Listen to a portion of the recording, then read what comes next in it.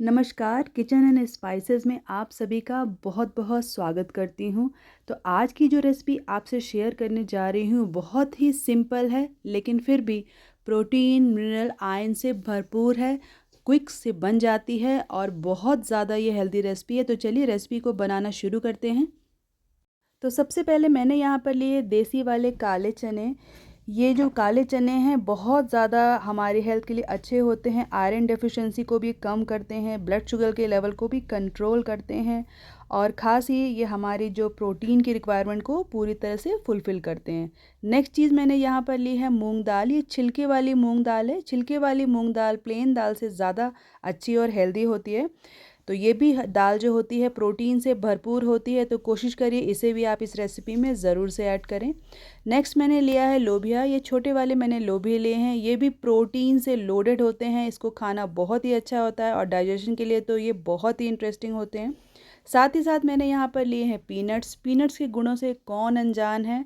सभी को पता है कि मूंगफली हमारी हेल्थ के लिए कितनी ज़्यादा अच्छी होती है, तो इसे भी मैंने ले लिया है। मूंगफली को मैं थोड़ा सा भून कर लूँगी, उसे मैं आगे आपसे बताऊँगी। तो चलिए सभी चीज़ों को मैंने क्या किया है कि सोक कर लिया है। लगभग सभी चीज़ों को हमें 5 से 7 घंटे के लिए सोक कर लेना है। ये देखिए सभी तरह की तीनों दालें जो मैंने ली थी, सभी को अच्छी तरह से लेकर वॉश करेंगे पानी से। पानी तब तक जब तक साफ़ ना हो जाए तब तक इसे वॉश करिए। उसके बाद हम डालेंगे इसमें पानी। पानी डालने के बाद हम इसे अच्छी तरह से सोक करने के लिए रख देंगे। आप यकीन नहीं मानेंगे, ये रेसिपी दिखने में जितनी आसान आपको लग रही है ना, उतनी हमारी हेल्थ के लिए बेनिफिशियल है। इसको अगर हम वीक में एक बार भी खाते हैं ना, तो हमारी सारी प्रोटीन की रिक्वायरमेंट को ये पूरा करता है। तो इसका सेवन आप ज़रूर से करें। इसकी हैबिट आप डालेंगे तो इसे खाना आपको बहुत ही अच्छा लगने वाला है। और साथ ही साथ अगर आप फिटनेस फ्रीक हैं या अगर आपको वेट लॉस करना है, तो ये सारी जो चीज़ें हैं ना बहुत ही अच्छी हैं। अगर हम अपने वेट को मैनेज्ड रखना चाहते हैं, तो उसके लिए हमें कार्ब्स यानी कार्बोहाइड्रेट का जो सेवन है वो कम करना चाहिए। उसके बदले में हमें प्रोटीन का इंटेक ज़्यादा लेना चाहिए। तो ये सारी जो दालें हैं ये प्रोटीन से लोडेड हैं, जैसे कि मैंने आपको बताया। तो ये क्या होता है खाने से कि ये हमारी भूख को कंट्रोल करती हैं, हमें फुलफ़िल करती हैं। इसके खाने से हमें और ज़्यादा खाने की ज़रूरत महसूस नहीं होती, यानी कि हमारी रिक्वायरमेंट भी पूरी हो रही है और हमें हेल्दी भी कुछ खाने को मिल रहा है। तो जैसे कि आपने यहाँ पर देखा पीनट्स जो मैंने लिए थे ना, उसे मैंने हल्का सा रोस्ट कर लिया। आप चाहें तो पीनट्स को भी आप सोक कर सकते हैं, लेकिन यहाँ पर थोड़ा सा क्रंची टच देने के लिए मैंने पीनट्स को रोस्ट कर लिया है। तो यहाँ पर आप देख सकते हैं जो हमारी दालें हैं ना बहुत ही अच्छे से सूख गई हैं, फूल गई हैं और जो आप क्वांटिटी देख रहे हैं ये काफ़ी ज़्यादा बढ़ गई है। तो इस तरह से आप यहाँ पर देखिए, यहाँ पर पानी अभी भी साफ़ नहीं है। तो फूलने के बाद भी कोशिश करें कि इसके पानी को आप यूज़ ना करें, उसे फेंक दें और वापस से 1-2 पानी धोकर इसे अब हम बॉयल करने के लिए चढ़ा देंगे। इस पॉइंट पर आप इसे 2 तरह से खा सकते हैं। आप चाहें तो इस पॉइंट पर इसे स्प्राउट करने के लिए रख सकते हैं। जब स्प्राउट हो जाए तभी भी आप उसे खा सकते हैं, लेकिन यहाँ पर मैं इसे 1 विसिल का बॉयल दूँगी। उससे क्या होगा, ये डाइजेशन में और ज़्यादा ईज़ी हो जाएँगे। क्योंकि ये रेसिपी अगर आपके घर में बड़े बुज़ुर्ग हैं और आप उनसे शेयर करना चाहते हैं, तो स्प्राउट्स उन्हें तो दीजिए ही, लेकिन अगर हल्का सा आप बॉयल कर देंगे ना, तो उन्हें पचने में बहुत ही आसानी होगी और बच्चों को भी आप इसे आसानी से दे सकते हैं। तो देखिए इस रेसिपी में साथ ही साथ ये सारी चीज़ें जाएँगी, जिसमें थोड़ा-सा पनीर, थोड़ा-सा गाजर, थोड़ा-सा आलू, टमाटर, प्याज़, खीरा, थोड़ा-सा नींबू। तो आपने देखा कितनी सारी हेल्दी चीज़ें यहाँ पर आपको दिख रही हैं। किसी भी तरह का ऑयल वगैरह का यहाँ मैं बहुत ज़्यादा यूज़ नहीं करने वाली हूँ। सिर्फ हल्दी और रॉ चीज़ें मैंने यहाँ पर ली हैं। आपको इसके अलावा जो भी वेजीज़ पसंद हो आप इसमें यहाँ पर ऐड कर सकते हो। तो अगर हम क्वांटिटी की बात करें, तो 1 बड़े साइज़ का प्याज, 2 छोटे साइज़ के टमाटर, 1.5 के करीब मैंने लिए हैं गाजर, यहाँ पर 1 मैंने लिया है क्यूकम्बर यानी कि खीरा और यहाँ पर 4 बॉइल्ड आलू लिए हुए हैं। थोड़ा-सा मैंने अगर मूँगफली ली है उसकी बात करूँ तो ये 50 ग्राम से ज़्यादा नहीं है, कम ही होगी। और पनीर की अगर हम बात करें तो आप देख सकते हैं पनीर भी 100 ग्राम या 120 ग्राम्स के अराउंड होगा। और आलू जैसे कि मैंने आपको बताया 3 से 4 जो कि बॉइल्ड है और यहाँ पर थोड़ी-सी मिर्ची और नींबू भी मैंने लिया है। तो सभी चीज़ों को मैंने यहाँ पर कलेक्ट कर लिया है और अब अपने प्रोसेस को हम शुरू करेंगे। कुछ रेसिपीज़ जब आप बनाते हो ना तो आपको बनाते वक्त एक अंदर से सुकून और खुशी मिलती है। आपको लगता है कि ये रेसिपी आप बना रहे हो और जब आपके फैमिली मेम्बर्स इसे खाएंगे ना तो उन्हें सिर्फ़ और सिर्फ हेल्थ बेनिफिट्स ही मिलेंगे। क्योंकि कई बार कुछ मीठी चीज़ें, कुछ फ्राइड चीज़ें हम बनाते तो हैं टेस्ट के लिए, उन्हें भी हमें टाइम टू टाइम खाना चाहिए। लेकिन जब इस तरह की चीज़ें हम बनाते हैं तो दिल से मानिए बहुत ही ज़्यादा सुकून मिलता है, बहुत ही अच्छी फीलिंग आती है। आपको पता होता है कि आपके फैमिली मेम्बर जब इसे खाएंगे ना तो उन्हें कहीं न कहीं बहुत सारा हेल्थ बेनिफिट मिलने वाला है।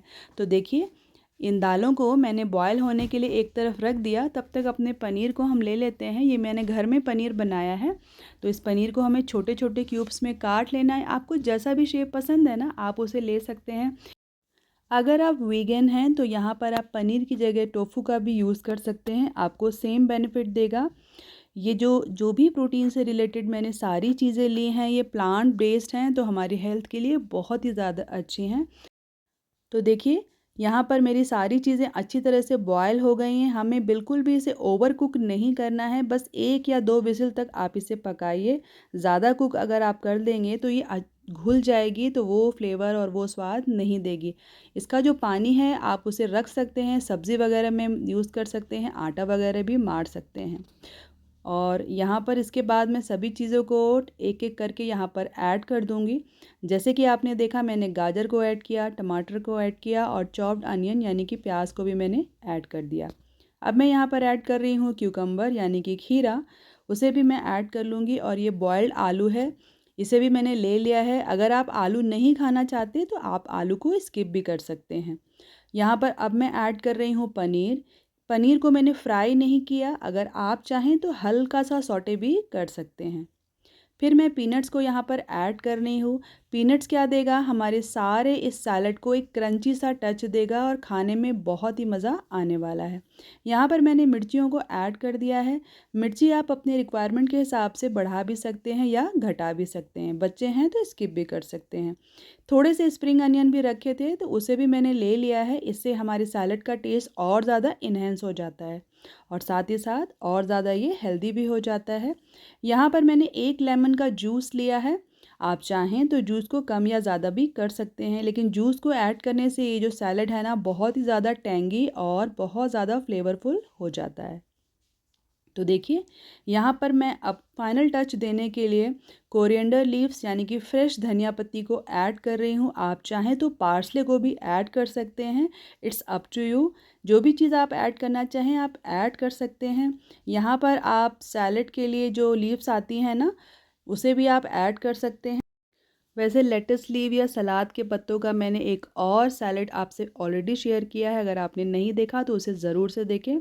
तो यहाँ पर मैं आधे छोटे चम्मच के करीब चाट मसाला ऐड कर रही हूँ, ये कम्प्लीटली ऑप्शनल है। आप इसकी जगह भुना ज़ीरा भी ऐड कर सकते हैं, लेकिन थोड़ा सा ये ऐड करने से आपका जो ये सैलेड है ना बोरिंग ना रहकर इंटरेस्टिंग हो जाता है। तो यहाँ पर मैं नमक को भी ऐड कर रही हूँ एज़ पर रिक्वायरमेंट। आपको ज़्यादा कम जैसा भी ठीक लगता है उस तरह से आप यूज़ करें। इसकी जगह पर आप ब्लैक सॉल्ट भी ऐड कर सकते हैं, जैसी भी आपको इच्छा हो आप उसको इस तरह से बना सकते हैं या चीज़ों को कम या ज़्यादा भी कर सकते हैं। अब सभी चीज़ों को मैंने अच्छी तरह से मिक्स कर लिया है। यहाँ पर हम इसे अच्छी तरह से मिक्स कर लेंगे ताकि जो नमक है और नींबू है जो भी हमने ऐड किया है ना वो अच्छी तरह से मिक्स हो जाए। लेकिन उसके पहले एक और चीज़ को मैं यहाँ पर ऐड करने वाली हूँ। तो ये जो चीज़ मैं ऐड करने वाली हूँ कम्प्लीटली ऑप्शनल है, आपके पास है तो ऐड कीजिए, नहीं है तो कोई बात नहीं।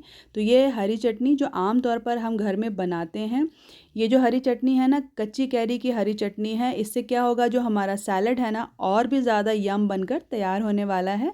लेकिन ये ऑप्शनल है, अगर आपके पास है तो डेफ़िनेटली ऐड कीजिए। अगर आप चाहें ना तो छोटी छोटी कैरी जो आती है ना उसमें से एक छोटी कैरी को भी इसमें मिक्स कर सकते हैं, अगर आपको टेंगी फ्लेवर खाना पसंद है तो। यहाँ पर मैंने इमली की चटनी को भी ऐड किया है। अब आप क्वेश्चन कर सकते हैं कि इमली की चटनी को क्यों ऐड किया? बस थोड़ा सा टेस्ट इन्हेंस करने के लिए और थोड़ा सा मीठा खट्टा दोनों तरह का मिक्स फ्लेवर देने के लिए। तो इस सैलड को आज मैं बना रही हूँ, मेरे यहाँ कुछ गेस्ट आ रहे हैं उसके लिए, तो इसीलिए मैंने इस सैलड को बहुत ही अच्छी तरह से प्रिपेयर किया है। ये सैलड अपने आप में इतना फुलफिलिंग होता है ना, क्योंकि आजकल कोई भी ऑयली चीज़ें, मीठी चीज़ें खाना पसंद नहीं करता। आप बहुत शौक से बनाते हो लेकिन लोग एक दो ही पिक करते हैं, मगर इस तरह की चीज़ें अगर आप अपने गेस्ट को या घर में या खुद भी यूज़ करते हो ना, तो बहुत अच्छी तरह से सुकून से खाने का मन होता है। तो देखिए, सभी चीज़ों को हमें यहाँ पर अच्छी तरह से मिक्स कर लेना है। अच्छी तरह से मिक्स करना बेहद ही ज़रूरी है, क्योंकि एक एक चीज़ अच्छी तरह से कोट हो जानी चाहिए। तो चलिए, अब हमारा सैलड बनकर बिल्कुल तैयार है, तो फटाफट से कर लेते हैं इसकी प्लेटिंग।